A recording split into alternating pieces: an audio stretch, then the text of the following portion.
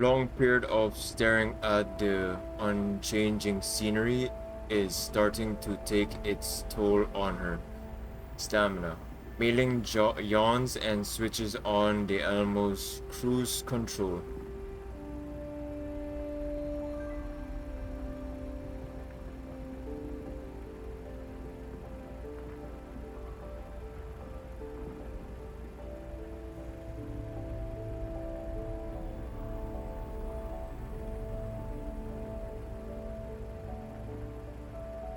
Mailing hurriedly covers her mouth and looks around.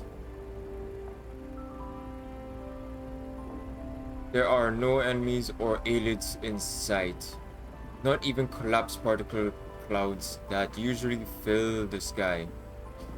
The only thing visible is the sand carried by the howling winds, crashing against the Elmo's windows.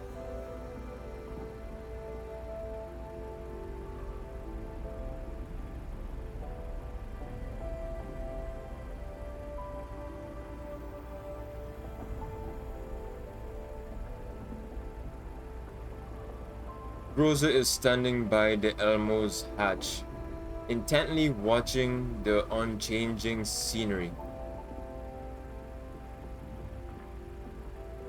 Normally speaking, dolls do not get bored, and for Rosa, she can easily deal with that by running simulations in her neurocloud.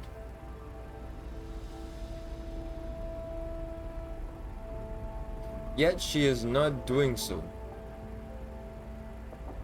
Krolik is right. Things are too quiet. If nothing else, this lack of activity is abnormal, considering they're headed toward 404 position.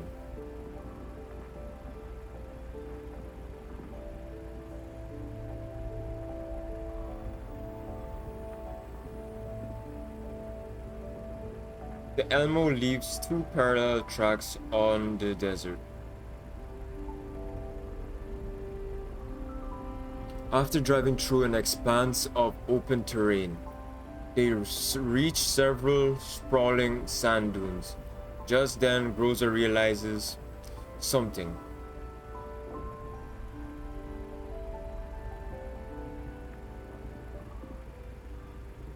Mei-Ling suddenly brakes and the Elmo grinds to a halt. Then inertia from the sudden halt sends all manner of items flying through the ground, and the air fills with the sound of glasses breaking and metallic objects falling.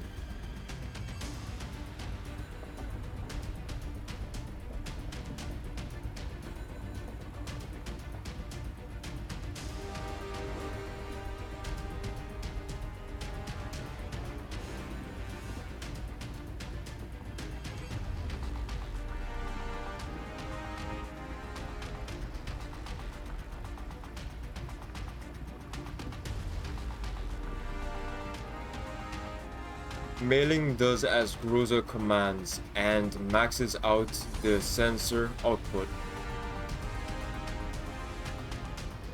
However, before a single IR image can appear on the display, an IFV appears from behind a sand dune.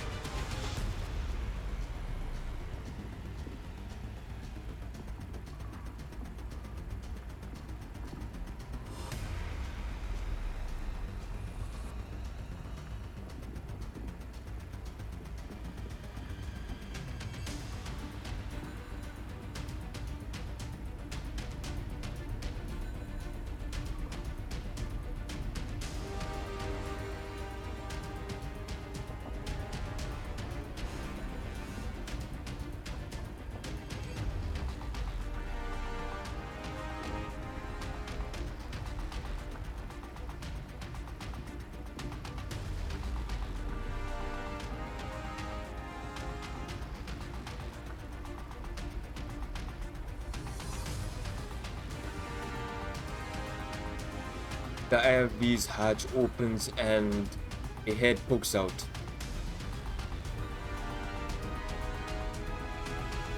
Valentine takes off her helmet, and a shock of red hair spills out as she leans against the IFV's roof.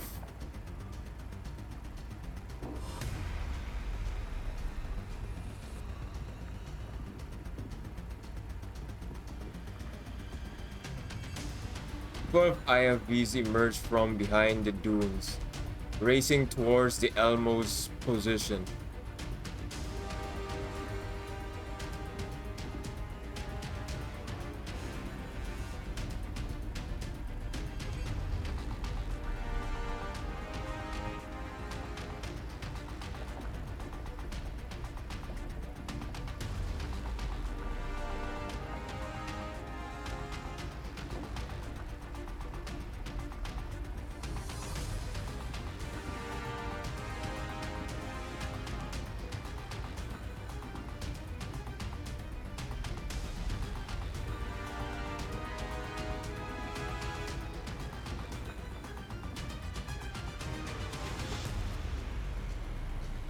The IFVs quickly split up and race towards their designated positions.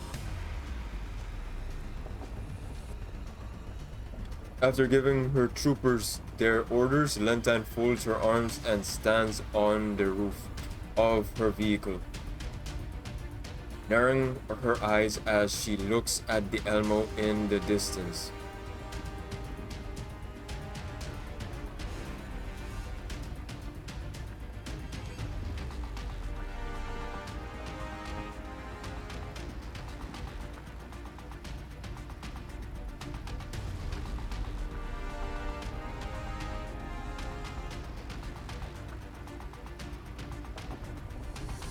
Elmo responds quickly and rapidly, selects the ideal route for disengagement.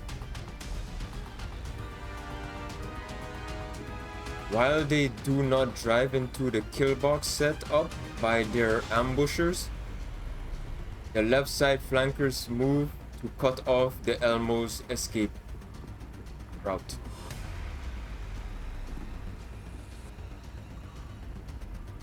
This forces the Elmo to change course to avoid the labored convoy attack.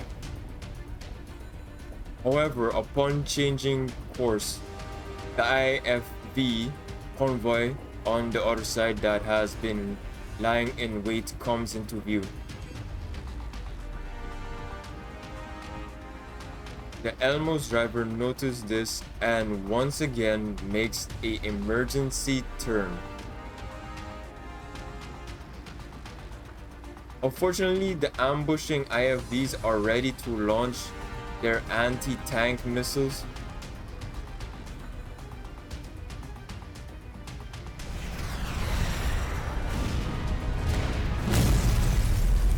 The missiles streak out of their tubes, tracing a series of trajectories through the air before exploding around the Elmo.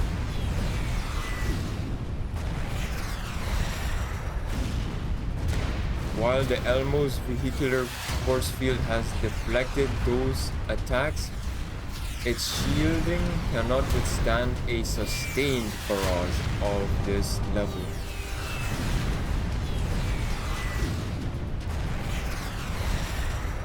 If the Elmo takes a few more missiles like this, it will probably be dead in the sand soon enough.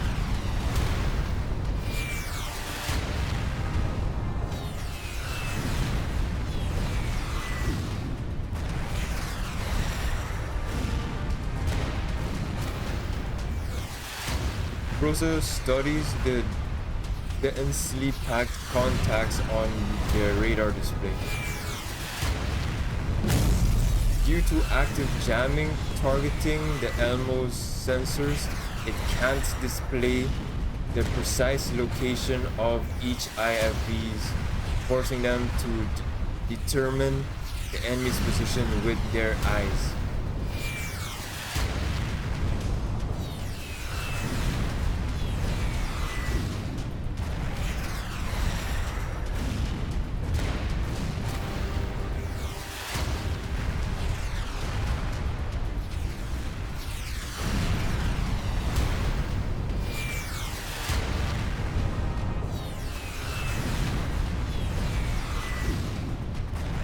Mailing does as Rosa orders as she works on the control terminal. The armor shutter slowly slides down over the Elmo's windows, turning it into a impenetrable steel fortress. However, the running gears are also affected by the armor protection, and the Elmo's speed visibly drops as the result. Nemesis has already climbed up to the roof landing pad and taken up positions facing the enemy attack. She has already taken down several long-range missiles with accurate fire.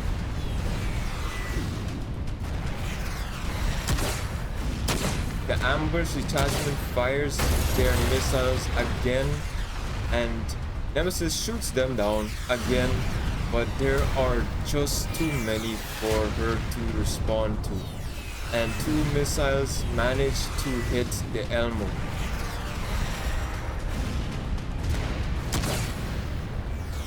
They fire a volley once again, and after Nemesis shoots most of them down, there is one left over which hits the Elmo. Then, as though they have already tested the Elmo's ability to withstand their attacks, the enemy does not continue the offensive.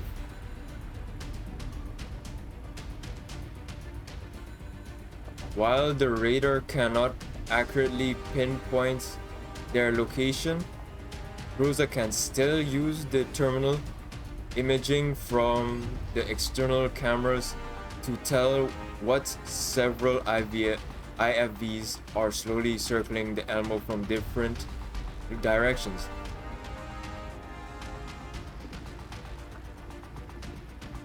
Although the Elmo can probably fight for a while with these IFVs, they have a mission to rescue Hyde 404, which means they have no time to waste on the opposition.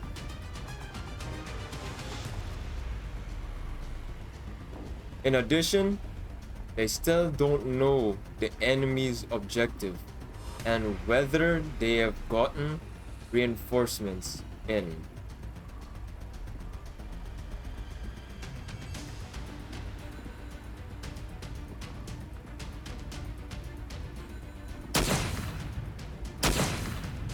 Nemesis nods and begins taking shots at the IFVs.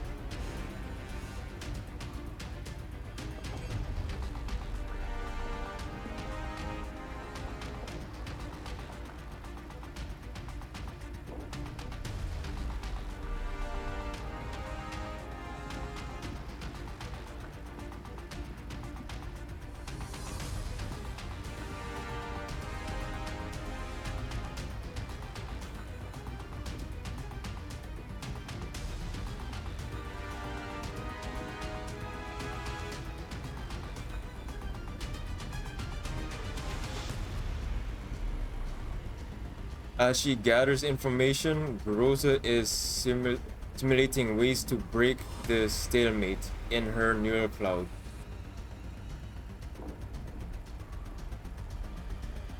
Since they have taken precautions against the Elmo's sniper, it means they must be familiar with the Elmo's personnel deployment.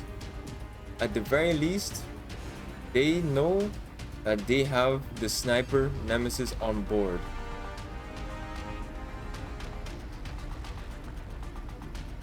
Also, mobilizing all these IFVs indicates that they know how the Elmo can switch between offense and defense modes.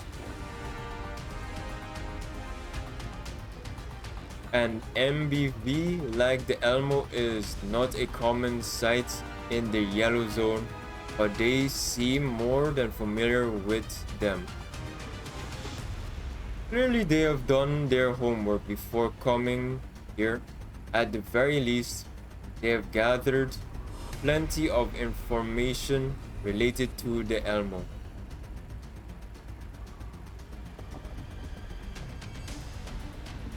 Could it be that the enemy leader is connected to the commander? If that's the case, this might not be a situation she can resolve by herself.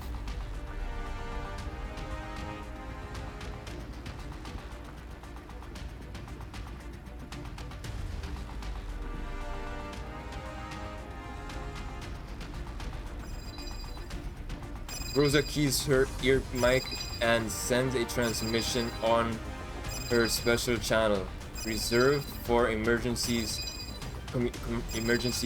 communications. The ringtone plays for several seconds before a voice answers. Rosa, what's happening?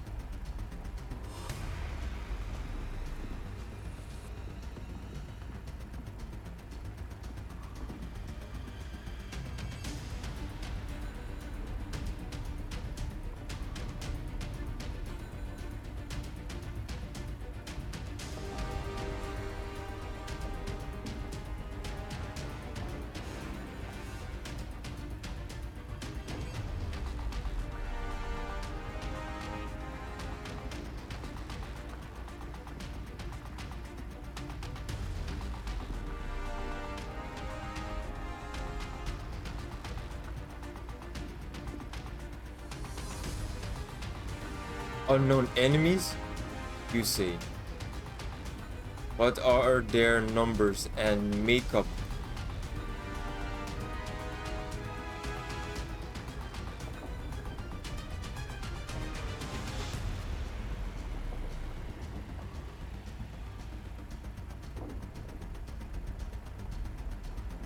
Armored vehicles. Could it be Mangai again? Have Mei Ling increase the Elmo's speed. Keep your distance from the enemy armor and tell me the Elmo's coordinates and surrounding conditions.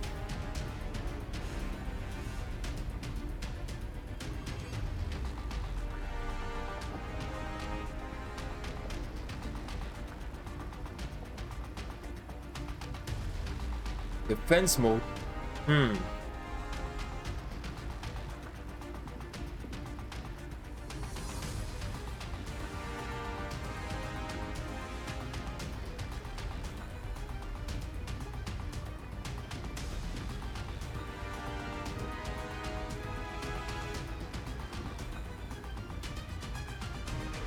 That's fine.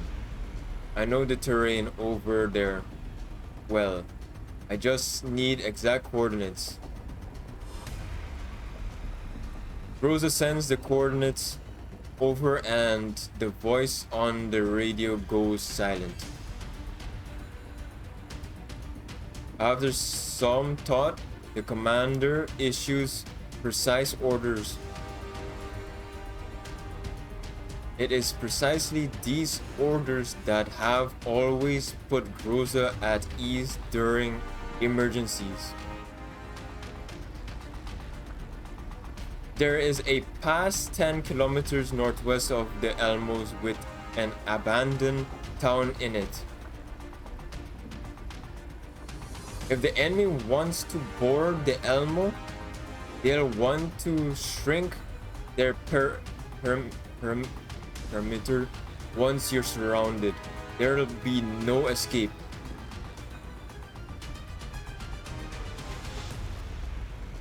Therefore, you must find terrain that will disrupt their plan to encircle you.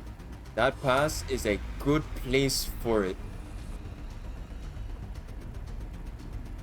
In short, get the Elmo over there ASAP.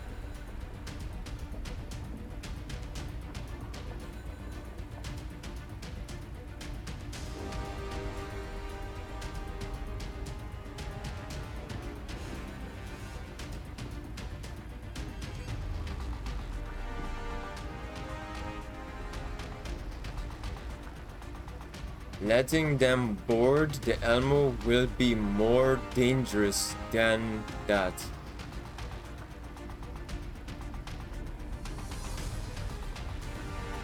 Someone else seems to be talking on the other side. After a brief conversation, the commander speaks over the transmission again.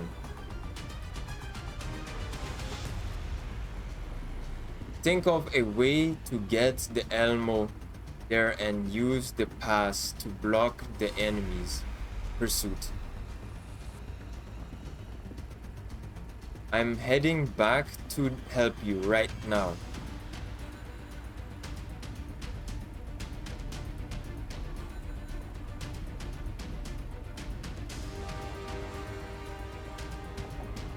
Relax, we met some old friends along the way. They'll be returning to the Elmo with me.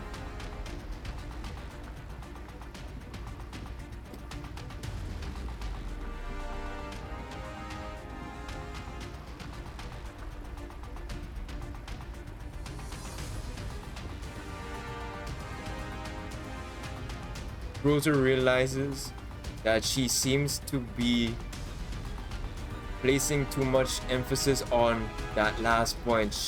So she quickly supplements her words.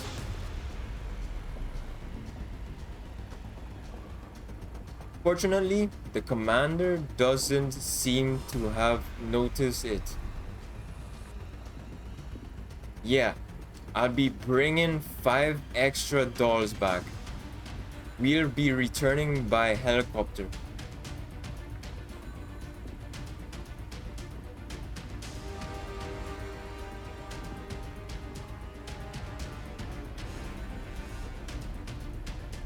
Thank you, Rosa. The commander hangs up. Rosa stands in the ops room, both hands on the main terminal, her mind deep in thought. Then she raises her head and stares at the IVs approaching the Elmo.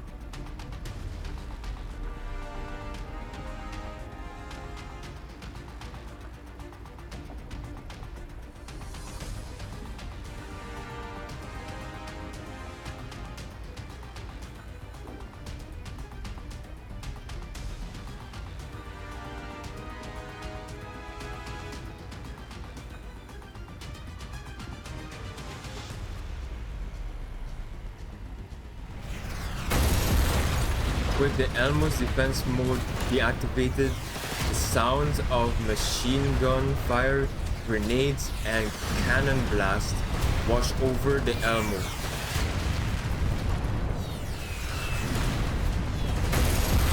The opposition's furious bombardment fills the ops room with deafening alarms, but Groza is undeterred. Instead, she systematically works the control stick, her eyes focused on the destination the commander has assigned her.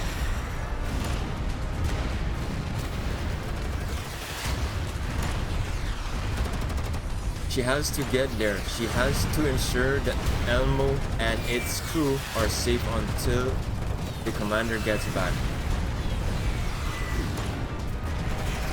And after that, when there are more people around, protect the commander. and this will probably be the final task she performs for him.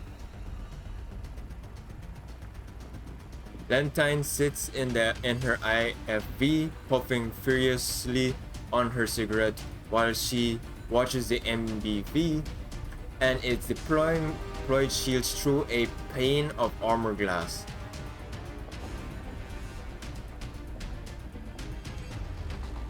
Her forces have encircled the Elmo. The next step will be to close the net. The board is then boarded and seize control. There are many questions in her mind, and she's eager to have them answered.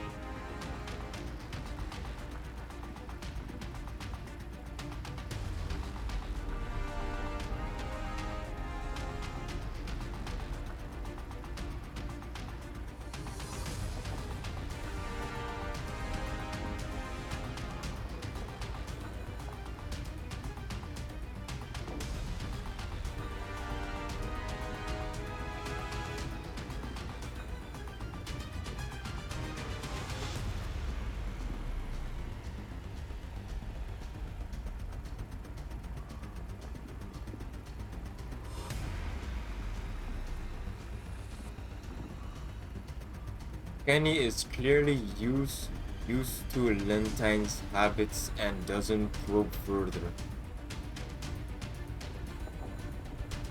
The assaulting IFVs draw closer to the Elmo while Lentine keeps her eye focused on the screen, as though she is waiting for something.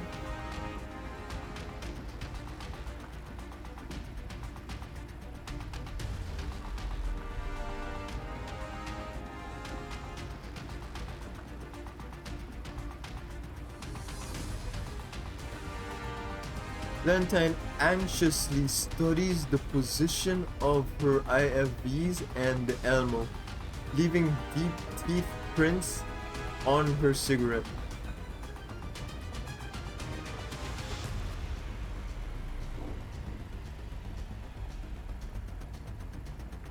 The MBV seems to have realized that they can't just keep taking a pounding like this.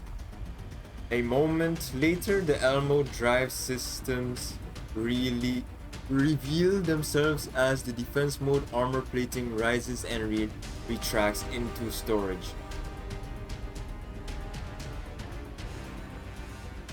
Although the mode switch takes less than a minute, It's enough for the Mangai security forces to launch a vicious attack.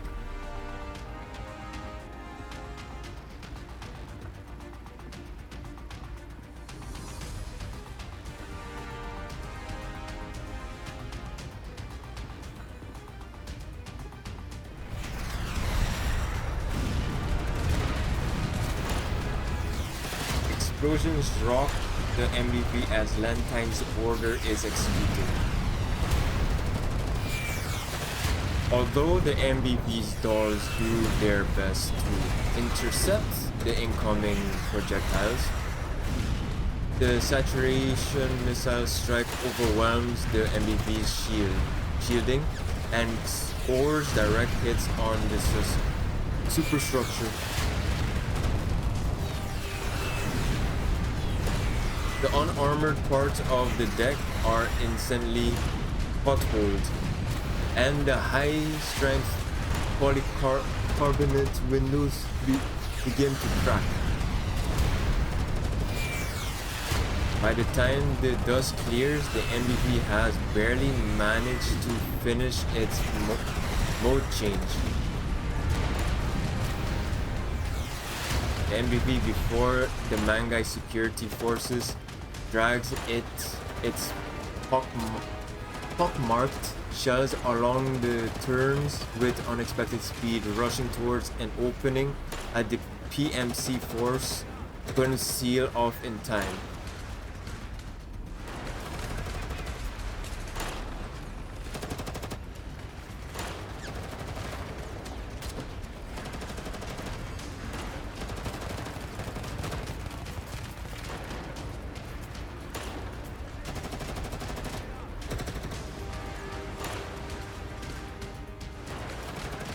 Several autocannons roar as they blast away at the Almo's running gears. While each individual shell is not too devastating, the sustained barrage deals tremendous damage to the hulking MBV. However, the Elmo seems intent on breaking out of the encirclement and ignores the attack from the IFVs around it, driving into the face of the shells raining down on it towards some unknown destination.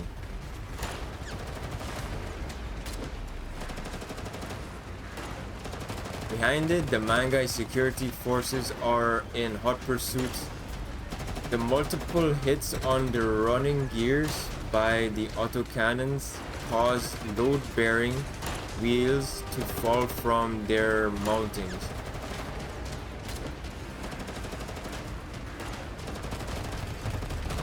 As a result, the Elmo shakes violently as it travels at high speed.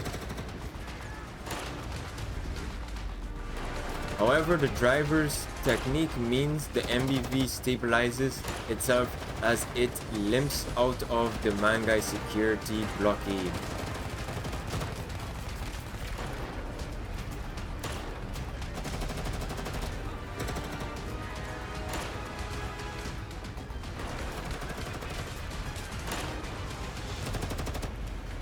Lantine studies the direction where the Elmo is headed and then at a topographical map of the region. After zooming out repeatedly, she sees an abandoned town to the northwest.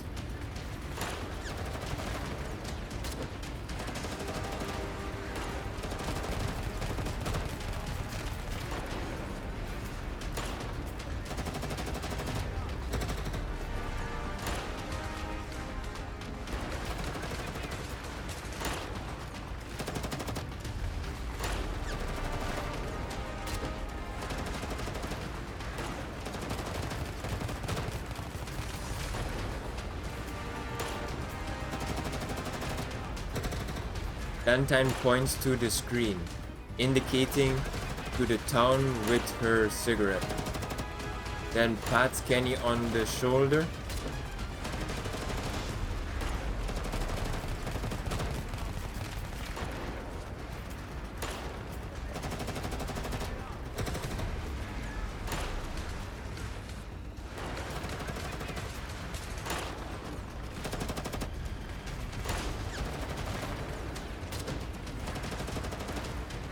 The coordinates of the town is questioned as an omen unit icon on it.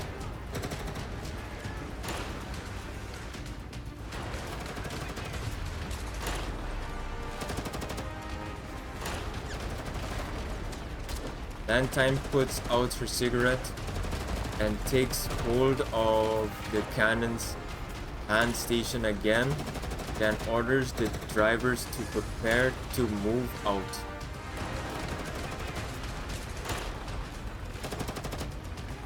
He can't even withstand an assault like this. All he can do is flee miserably, under the absolute superiority of his enemy's firepower, unable to protect the things he wants to defend.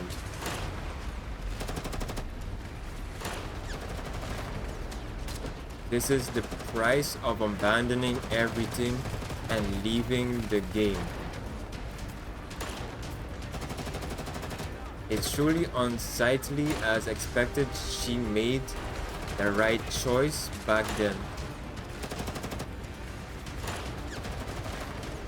That thought runs through Lantine's head as she watches the sand dunes vanish into the distance behind her.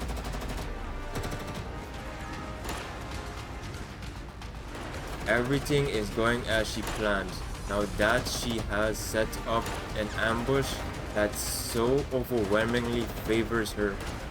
How long will that man be able to continue struggling?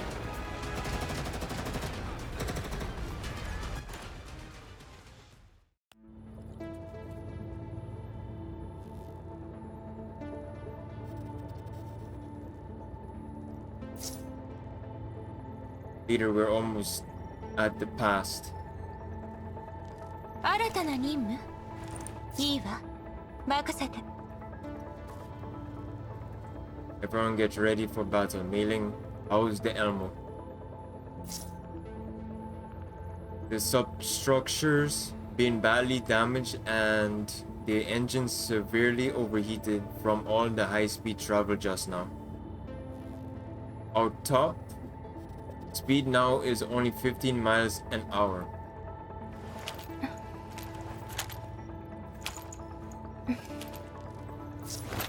Got it. Keep the Elmo on the move. Don't stop for anything. All points load up. Now, all points load up on explosives. We need a jam up the mouth of the pass to shake off the enemy's pursuit. The road behind the Elmo is the only thing wide enough to accommodate it. I saw a couple of unstable looking buildings and either side of it were going to plant charges on their load bearing columns. Leader, enemies in black are surrounding us. Did they see through us? Change of plans. Eliminate the enemies near the Elmo. Krolik, try to figure out the numbers and position of the enemy. Remember, don't let them tie you up. Okay. Nemesis, I'll send a topographical map of this area to you. Get to high ground and fire at will. Thunder rumbling in all directions. Well played, you're in charge of distracting the enemy forces on the ground. Give Krolik and Nemesis a chance to break their formation. Hi. No problem, Velplay is the best at drawing everyone's attention. But what about you, leader?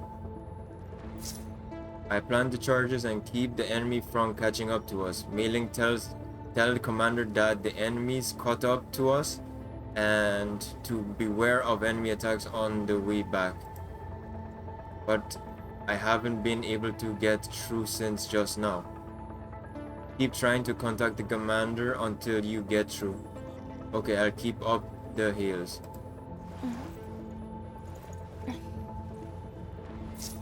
Right, that's our plan then. Everyone, let's go.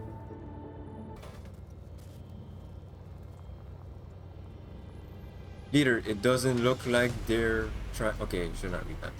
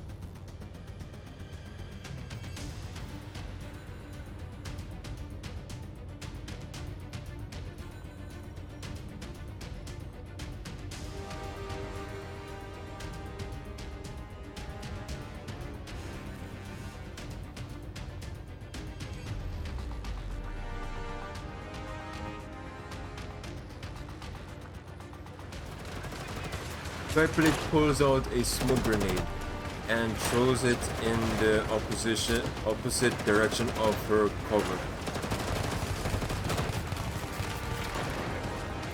The moment it bursts, the enemy's bullets rain down on the spreading smoke cloud.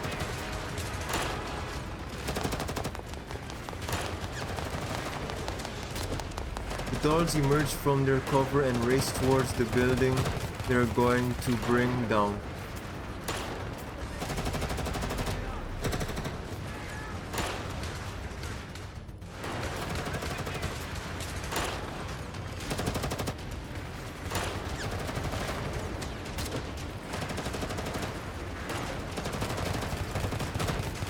Frolic lowers her stance and sprints over to the enemies in question. Their screams fill the radio channel.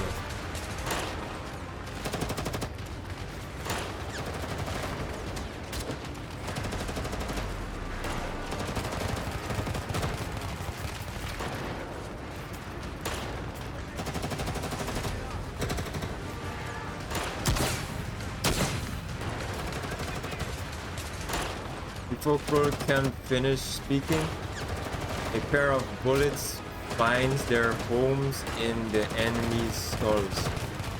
They collapse like puppets with their strings cut and bright red liquid gushes out of their helmets.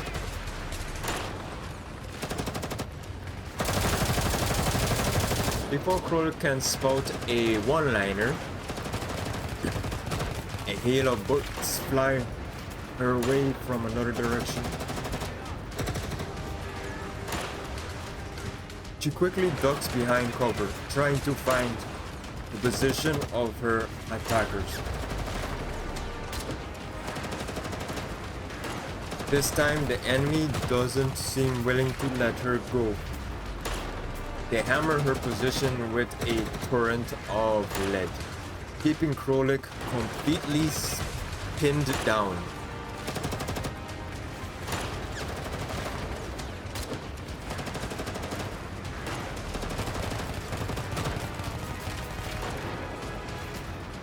Ripley proceeds to double back to support Krolik. She throws her grenade with all her might, and the enemy throws back more grenades in response.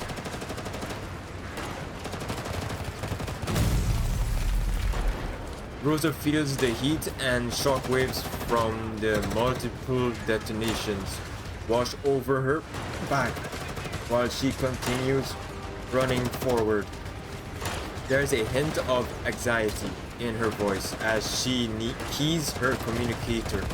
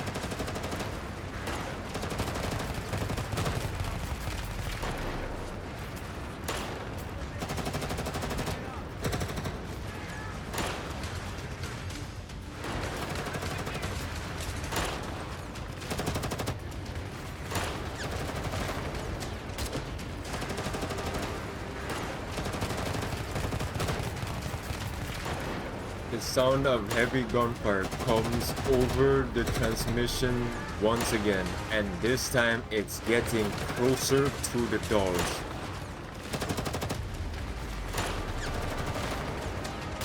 Rosa can clearly tell that these black armored troopers are worlds apart from the enemies she's previously encountered.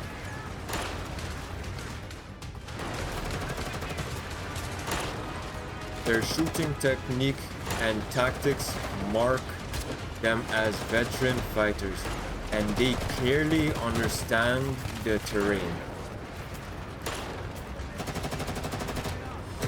Although their responses are slower than dolls, they can still attack the dolls from multiple angles while hugging cover, negating the advantages in accuracy and reaction speed which the dolls enjoy.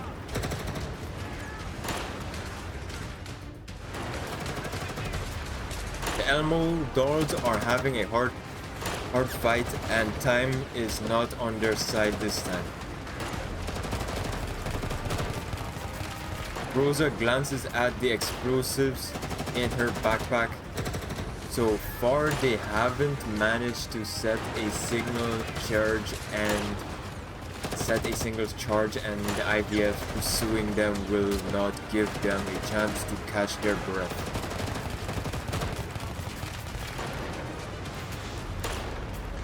If they can't block off the single road giving access to the pass, then it's only a matter of time before the enemy's main forces catches up and wipes them out.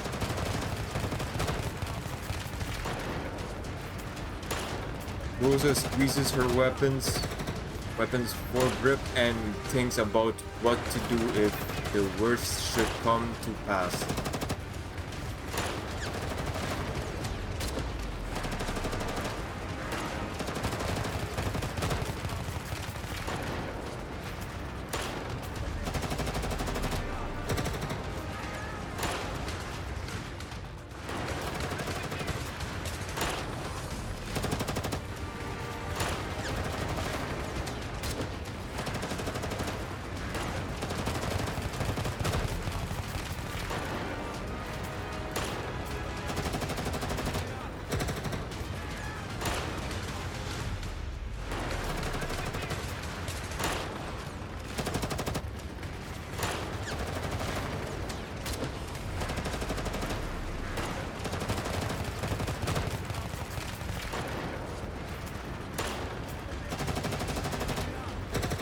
Rosa doesn't know how to answer Krolik's question.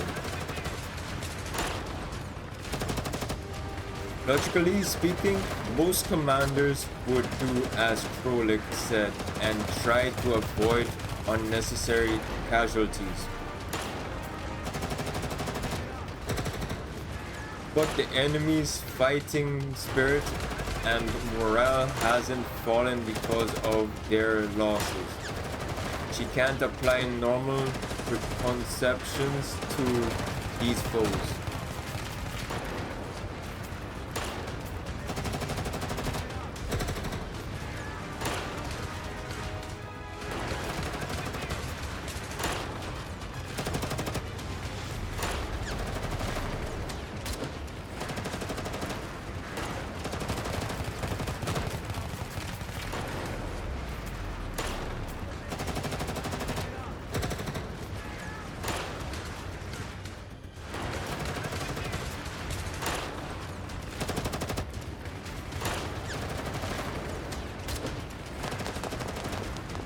Rosa ducks into the target building and unpacks enough explosives to bring this building down several times over before wiring them up with detonators and setting up the initiation sequence.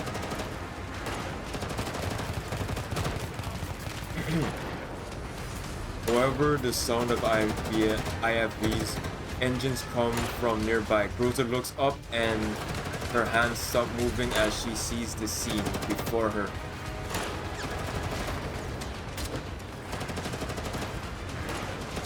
The ifs that have been engaging the Elmo just now are heading down the road, going straight for the Elmo. Rosa's heart fills with a despair she's never felt before as the unending stream of ifs rumbles in. No matter how fast she works, there's no way she can finish planting all the explosives on all of the buildings, load-bearing columns before the convoy passes by.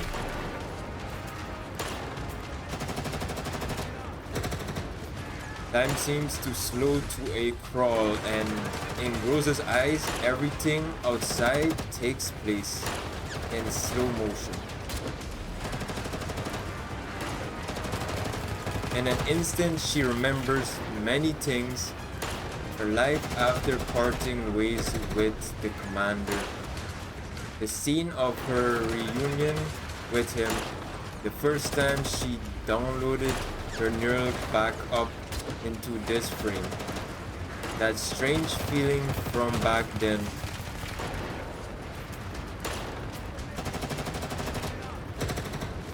She clearly promised the commander that she would protect everyone on the Elmo.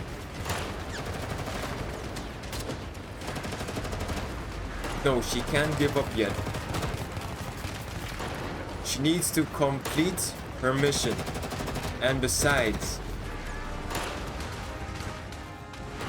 she still has her last resort. Rosa lays the explosives on the ground and quickly reconnects them before loading them onto her back. The circuits end at a detonator, whose time delay has been removed. Rosa takes it in hand, discards her weapon, and jumps out in front of the first ifs. The driver reacts quickly. Its autocannon and its coaxial machine gun immediately begins tracking her movements, but a doll's dexterity and rapid reflexes allow her to easily avoid the attack.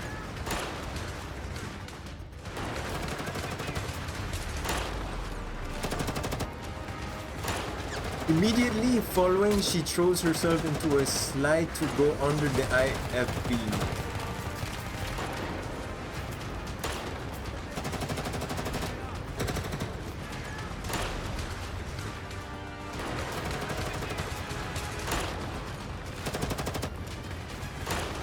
Upon hearing Rosa's words, Prolix's reply over the radio sounds frantic.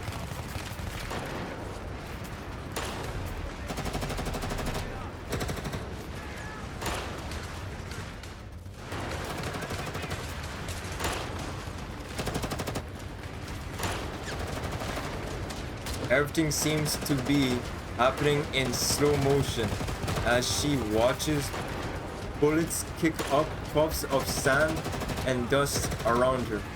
She suddenly feels a strange sense of liberation.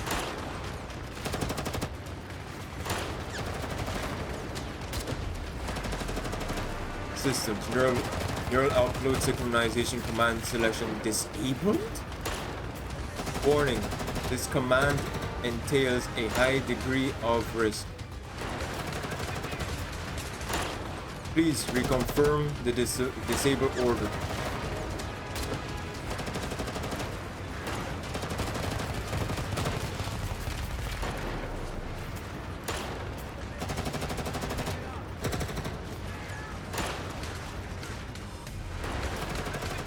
Command confirmed. Neural upload synchronization disabled.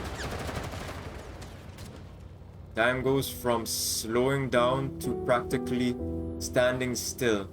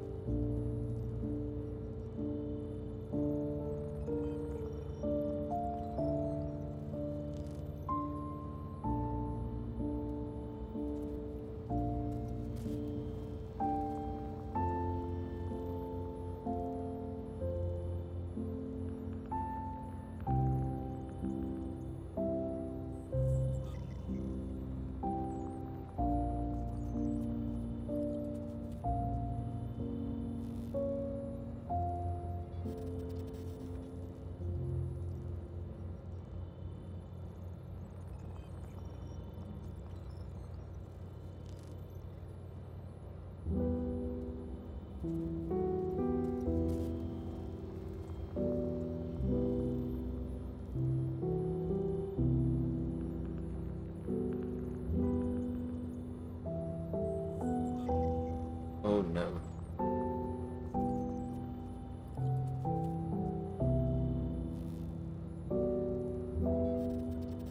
That's a long pause.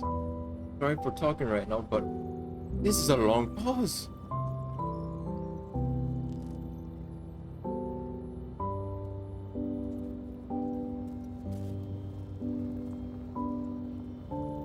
What in the world is going on?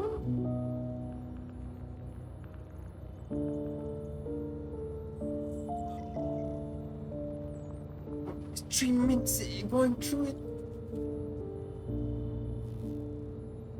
Rosa watches herself gradually approach the undercarriage of the IFVs. She even sees the driver's look of panic as she tries to pull out his handgun but fails to do so in time.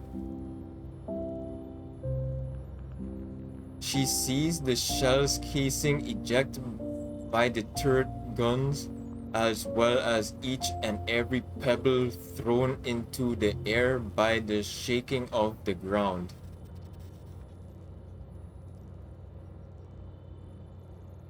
She sees a strange blue-colored flower blossoming before her, and a blue butterfly flitting out of the flower's heart.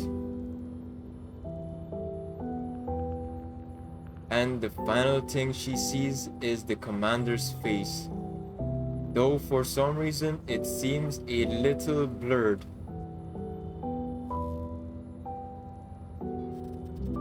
A strange feeling wells up from the depths of her neural cloud.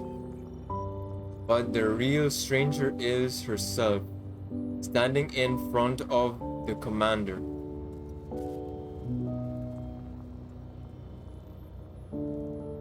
That self wears a completely different uniform from her and has a completely different expression on her face.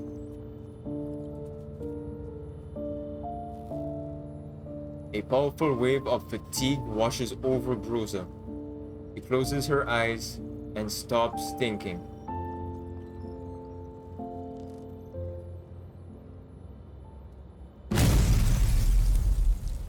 Kaboom.